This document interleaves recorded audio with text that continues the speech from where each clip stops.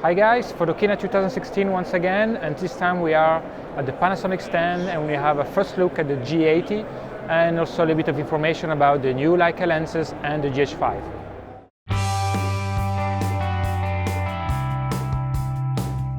Take the Lumix G7 and make it more robust with a magnesium alloy body and weather sealing.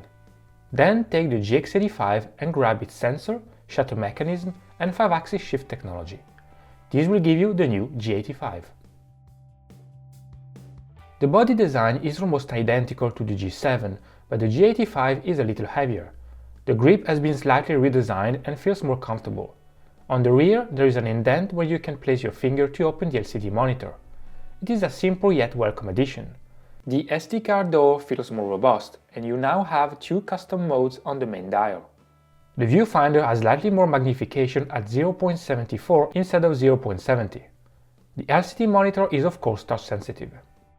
As for everything else, the G85 feels exactly like the G7, with the exception of the more robust body. The sensor has 16 megapixels and no anti-aliasing filter. Panasonic also said that the JPEG engine has been improved in comparison to the G7. The camera has inherited the G85's new shutter mechanism with an electromagnetic drive to reduce shutter shock, an issue that affects the G7 and other Lumix cameras.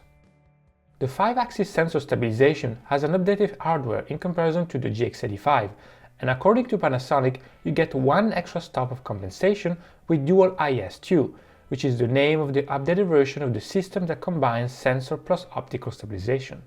Unfortunately, I couldn't test how much more effective dual IS2 is in comparison to dual IS, because the lenses require a firmware update that wasn't available yet. You get a slightly faster continuous shooting speed of 9 frames per second in single autofocus and the same speed of 6 frames per second in continuous AF.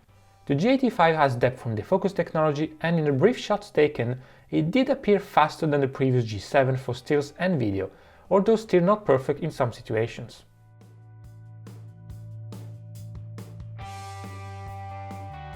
It wouldn't be a Lumix camera if there wasn't 4K video and 4K photo. The specs remain the same concerning the frame rate, with a maximum of 30 frames per second and 60 frames per second in Full HD. You have cine-like profiles and a microphone input. You can shoot at 30 frames per second in 4K and save 80 frames in an 8 megapixel JPEG. One new feature added to the G85 and its 4K photo mode is post-focus with focus stacking. Post-focus isn't new and was introduced via firmware update to the G7 and GX8. Focus stacking is an extra feature that allows you to select and merge the recorded frames to create an image with more depth of field. It is often used in macro photography. You can choose between auto merging and manual merging. With the latter, you can select the frame you want to include by simply checking or unchecking the autofocus points. The result doesn't appear to be perfect, but being a pre-production model, I'll wait for our final unit to come to any conclusions. It is a 4K photo feature, which means the camera merges 8 megapixel compressed JPEG files, so that could be a reason why it won't be able to do a perfect job all the time. If Panasonic were to link focus stacking to the focus bracket mode that deals with RAW files, it could be a great improvement. Specifically designed for the G85 is a new battery grip that can house 2 batteries. It holds 2 DMW BLC12 batteries, has a second shutter release button, dual control dials, an AF/AE lock button and an exposure compensation button. The G85 is here because users have been requesting it. The G7 was successful and the G85 incorporates some extra features, making it one of the most appealing models on the market right now for both still photographers and videographers who want a robust and advanced body at a competitive price. Panasonic also announced the development of the Lumix GH5. Unfortunately, for now we don't have more information than what the press release states.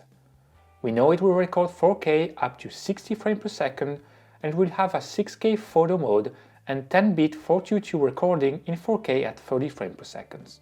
The 6K photo mode allows you to grab an 18 megapixel frame and will be available in the 4:3 and 3:2 aspect ratios. 4K photo will be available as well at a maximum frame rate of 60 frames per second. There isn't a lot of information concerning the design. We spotted a focus joystick similar to the one found on the X-T2 during the presentation, but we don't have other information. I would expect a dual SD card slot as well. As for the accessories, Panasonic seems to be working on a new XLR adapter for audio recording. The GH5 is scheduled to hit the market in the first half of 2017. Of course, the final specifications and information are subject to change. Finally, we have 3 premium zoom lenses in development and design in partnership with Leica. They have a non-constant aperture of f2.8 to f4. There will be an 8 to 18mm, a 12 to 60mm and a 50 to 200mm. Here as well, we could only see 3 mock-ups behind glass.